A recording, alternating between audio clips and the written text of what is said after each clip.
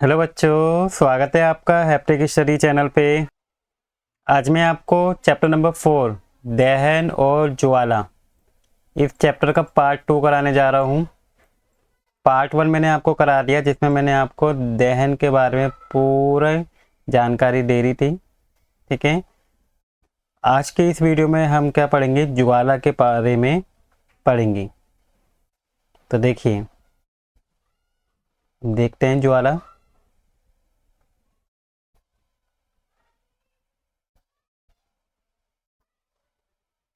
देखिए, यहाँ से आपका ज्वाला है।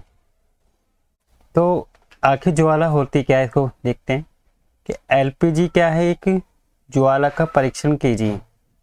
क्या बता सकते हैं, ज्वाला रंग बता सकता है या नहीं? क्योंकि देखिए, मोमबत्ती का जो रंग होता है, मोमबत्ती जब जलाई जाती है तो वो भी क्या है, एक प्रकार की ज्वाला ही होती है। ठीक है, कक्षा 7 में भी आपने मैग्नीशियम रिबन को जलाने को अपने अनुभव को याद कीजिए। यदि आपको सारणी 4.2 की शेष वस्तु को जलाने का अनुभव नहीं है तो आप उन्हें अब कर सकते हैं और उसको रिकॉर्ड भी करना है। देखिए, कुछ ऐसी चीज़ें हैं जिनको जब जलाते हैं तो देखिए, ये जो हैं ये अलग अलग रंग में दिखती हैं। ठीक है, जो सबसे अंदर वाला पार्ट होता है वो सबसे कम गर्म होता है, और जो सबसे बाहरी पार्ट होता है वो सबसे ज़्यादा गर्म होता है। देखिए, अगर देखिए आपने गैस में भी क्या, देखिए ज्वाला का रंग क्या होता है, अलग तरीके का होता है। तब देखिए, इसमें टेबल है, टेबल में आपको देखना है कि मोमबत्ती ज्वाला देता है या नहीं देता है, वो लिखनी है। मैग्नीशियम को जलाते तो इसमें ज्वाला मिलती है नहीं, वो आपको इसमें भरना है। ठीक है, तो दहन के समय जो पदार्थ वाष्पित होता है वह ज्वाला का ही निर्माण करता है। उदाहरण के जैसे मिट्टी का तेल और पिघली हुई मोमबत्ती के साथ साथ ऊपर उठते हैं और दहन के समय वाष्पित होकर ज्वाला का निर्माण करते हैं। इसके विपरीत लकड़ी का कोयला वाष्पित नहीं होता, कोई ज्वाला नहीं देता।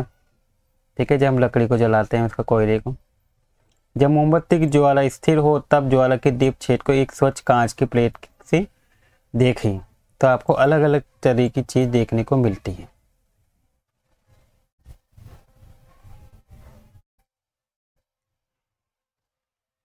देखिए, कांच की प्लेट स्लाइड पर एक गोल काला वलय बन गया। देखिए, इस तरह से क्या मोमबत्ती को इसके ऊपर जलाया गया है तो एक काले रंग का ये बन जाता है। ये ज्वाला के दीप छेद में उपस्थित बिना जले कार्बन कणों का जमाव को दर्शाता है। ये क्या दिखाता है कि कार्बन के जो कण होते हैं वो यहाँ पे इकट्ठा हो जाते हैं। एक पतले लंबे तार के तार को लगभग 30 सेकंड तक ज्वाला के पास रखिए। देखिए, इस तरीके से ध्यान दीजिए कि तार का भाग जो ज्वाला के कुछ ही दूर बाहर है रक्त तप्त हो जाता है। ये क्या दर्शाता है? तो वास्तव में ज्वाला का ये भाग सबसे अधिक गर्म होता है, जो बाहरी वाला भाग होता है ये वाला। सोने और चांदी को पिघलाने के लिए सुनार धातु की फुकनी से ज्वाला के सबसे बाहरी भाग को उस पर टिकाते हैं। देखिए, ये मोमबत्ती का आपका डायग्राम। देखिए, जो सबसे ये वाला भाग है ये क्या, पूर्ण दहन का बाह्य क्षेत्र जो नीले रंग का दिखाते हैं, ये सबसे गर्म वाला भाग होता है। और सबसे ये वाला जो होता है बीच में यहाँ पे, ये कम गर्म होता है, और सबसे कम गर्म ये पीला वाला होता है भाग।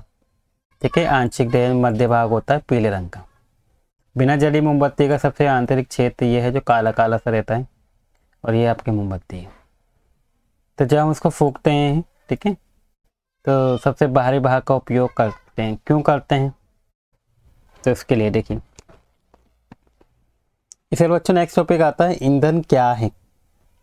याद करें कि घरेलू और औद्योगिक उपयोग से संबंधित ऊष्मा ऊर्जा के प्रमुख स्रोत लकड़ी, कास्ट कोयला, ठीक है, पेट्रोल, मिट्टी का तेल, ये सभी क्या है, ईंधन है।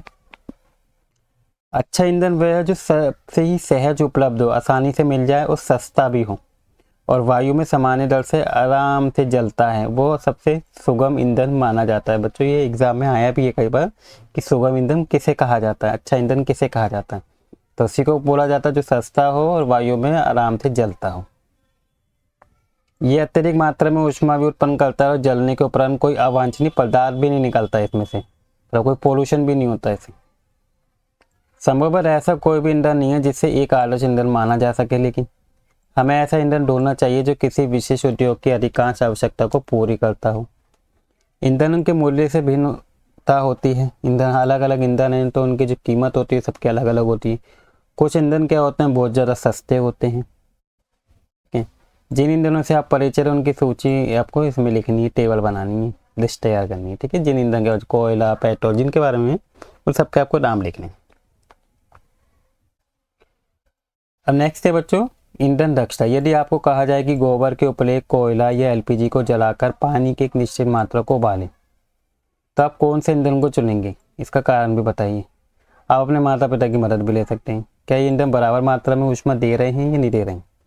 किसी ईंधन के 1 किलोग्राम, देखिए 1 किलोग्राम के पूर्ण दहन से प्राप्त ऊष्मा, ठीक है, 1 किलोग्राम को पूरी तरह से जलाने के बाद जो ऊर्जा प्राप्त होती है उसी की मात्रा को हम क्या कहते हैं बच्चों, ऊष्मीयमान कहते हैं। जैसे ईंधन के ऊष्मीयमान को किलो जूल और प्रति किलोग्राम में मेजर करते हैं, नापते हैं। ठीक है, तो यहाँ पे देखिए कोयला, इसमें आपको दहनों के नाम लिखने हैं, कुछ ईंधनों के, और वो बताने हैं कि कौन से ठोस है कौन से गैस है। ठीक है, जैसे कोयला ठोस है, मिट्टी का तेल कैसा होता है, द्रव अवस्था में होता है, और प्राकृतिक गैस कौन सी अवस्था में, गैस। ऐसे अन्य के नाम भी आपको लिखने हैं। यहाँ पे देखिए कुछ ईंधनों के ऊष्मीयमान भी लिखे हुए, जैसे गोबर के उपले का इतना होता है एंड लकड़ी का इतना होता है। ठीक है, कोयले का 25,000 से 33,000, ये सब ईंधनों के ऊष्मीयमान लिखे हुए हैं, इनको आपको याद करना होगा।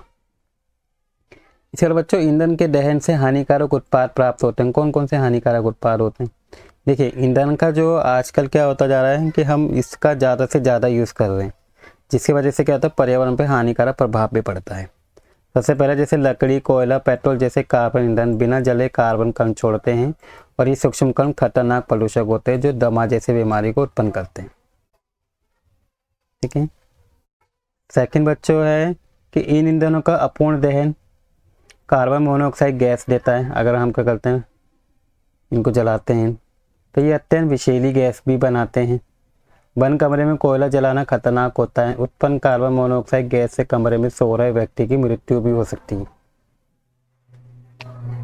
इसलिए हमें क्या किया जाता है बच्चों, हमें एडवाइस भी दी जाती है कि हमें बंद कमरे में किसी भी चीज़ को जला के नहीं सोना चाहिए। ठीक है, इससे हमारी मौत तक भी हो सकती है, तो उसका कारण यही है। तीसरा है बच्चों कि अधिकांश ईंधन के दहन से पर्यावरण में कार्बन डाइऑक्साइड गैस निकलती है, और वायु में कार्बन डाइऑक्साइड गैस का अधिक मात्रा में विश्व यानी कि ग्लोबल वार्मिंग इसके कारण बनती है। बोलते कोयला और डीजल के दहन से सल्फर डाइऑक्साइड गैस निकलती है। कोयले और डीजल के दहन से हमेशा क्या होती है, सल्फर डाई गैस निकलती है, और ये अत्यंत दमघोटू संरक्षण गैस है।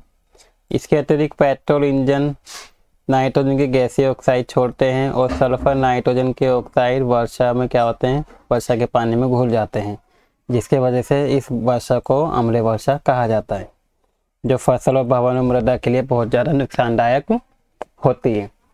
मोटर वाहनों में ईंधन के रूप में भी डीजल पेट्रोल के स्थान अब सीएनजी का यूज़ होने लगा है, जिसकी पूरा नाम क्या है, संपीड़ित प्राकृतिक गैस है। क्योंकि सीएनजी सल्फर और नाइट्रोजन के ऑक्साइड का उत्पादन कम करती है, और सीएनजी को एक अधिक अच्छा ईंधन भी माना जाता है, स्वच्छ ईंधन। ठीक है, तो ये तो बच्चों आपका पूरा चैप्टर हो गया है। अब हमने चैप्टर में क्या क्या पढ़ा वो जानेंगे। देखिए इसमें हमने जाना कि जो पदार्थ वायु में जलते हैं उसे धाह्य पदार्थ कहते हैं, और दहन के लिए ऑक्सीजन की जरूरत होती है।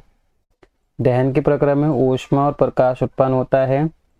ज्वलन ताप वह न्यूनतम ताप होता है जिस पर धाह्य पदार्थ क्या होता है, आग एकदम से पकड़ लेता है। ज्वलनशील पदार्थ का ज्वलन ताप सबसे कम होता है। आग उत्पन्न करने हेतु आवश्यकताओं में से एक या अधिक को हटाकर आग पर नियंत्रण पाया जा सकता है, और आग पर नियंत्रण पाने हेतु सामान्य जल का प्रयोग किया जाता है। विद्युत उपकरण तेलों में लगी आग को नियंत्रित करने के लिए जल का उपयोग नहीं किया जाता, ये हमने सीखा। एंड दहन क्या होते हैं, अलग अलग प्रकार के हैं, जैसे तीव्र दहन, स्वायत्त दहन और विस्फोट। ज्वाला के 3 भिन्न क्षेत्र होते हैं, अदीप्त क्षेत्र, दीप्त क्षेत्र और ज्योतिहीन क्षेत्र। आदर्श ईंधन सस्ता, आसानी से उपलब्ध होता है, और आसानी से जलने वाला और आसानी से वहन योग्य होता है। इसका ऊष्मीयमान उच्च होता है, और ये ऐसी गैस या अवशेष नहीं छोड़ता जो पर्यावरण को प्रदूषित करता हो। ईंधन की दक्षता और मूल्य परस्पर भिन्न हो सकती है। ईंधन दक्षता को ऊष्मीयमान द्वारा प्रदर्शित किया जाता है, जिसका मात्रक क्या है, किलो जूल प्रति किलोग्राम होता है, और वायु में बिना जले कार्बन कण खतरनाक प्रदूषक होते हैं और श्वसन कष्टों को उत्पन्न करते हैं। ईंधन के अपूर्ण दहन में विषैली गैस मोनोऑक्साइड गैस बनती है जो क्या नुकसानदायक होती है हमारे लिए। और वायु में कार्बन डाइऑक्साइड की बढ़ी हुई मात्रा को विषपोषण का कारण बताया जाता है। कोयला, डीजल और पेट्रोल के दहन से उत्पन्न सल्फर और नाइट्रोजन में ऑक्साइड अम्ल वर्षा को उत्पन्न करते हैं जो फसल, भवनों और मिट्टी के लिए क्या होती है, नुकसानदायक होती है। तो ये था बच्चों आपका चैप्टर कंप्लीट हो गया है। आई हो आप जो मैंने आपको जो ज्वाला के बारे में बताया वो आपको अच्छे समझ में आ गया होगा और वीडियो भी अच्छी लगी होगी। वीडियो अच्छी लगी हो तो बच्चों वीडियो को लाइक कर दीजिएगा और अगर आप इस चैनल पे नए हैं तो चैनल को सब्सक्राइब कर दीजिएगा। Thank you for watching video.